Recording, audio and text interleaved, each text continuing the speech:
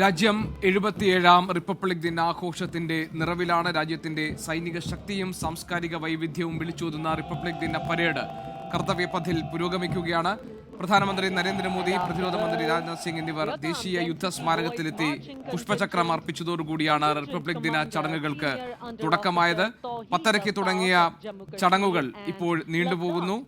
ഡൽഹി കരസേനയുടെ Delhi general officer commanding lieutenant general Bhavnish കുമാറാണ് പരേഡിന് നേതൃത്വം നൽകുന്നത്. ദേശീയ ഗീതമായ വന്ദേ ഭാരതത്തിന്റെ 150ാം വാർഷികത്തിന്റെ ഭാഗമായി ഇത്തവണ വന്ദേമാതരം ഗാനത്തിന്റെ വരികളെ ചിത്രീകരിക്കുന്ന അപൂർവമായ ചിത്രങ്ങൾ കർത്തവ്യപഥിൽ പ്രദർശിപ്പിക്കുന്നുണ്ട്.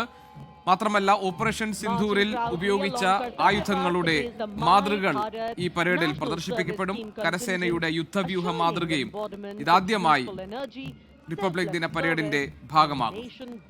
നമ്മുടെ രാജ്യം 77ാം റിപ്പബ്ലിക് ദിനം ആഘോഷിക്കുമ്പോൾ അതിഥികളായി എത്തിയിരിക്കുന്നത് European Council President Antonio Costa, European Commission President Ursula von der Leyen എന്നിവരാണ്.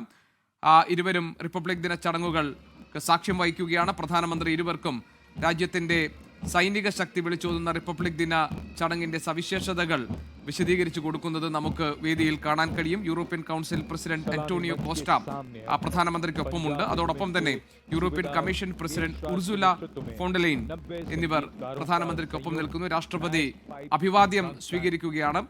നമുക്ക് ആ ദൃശ്യങ്ങൾ കാണാം.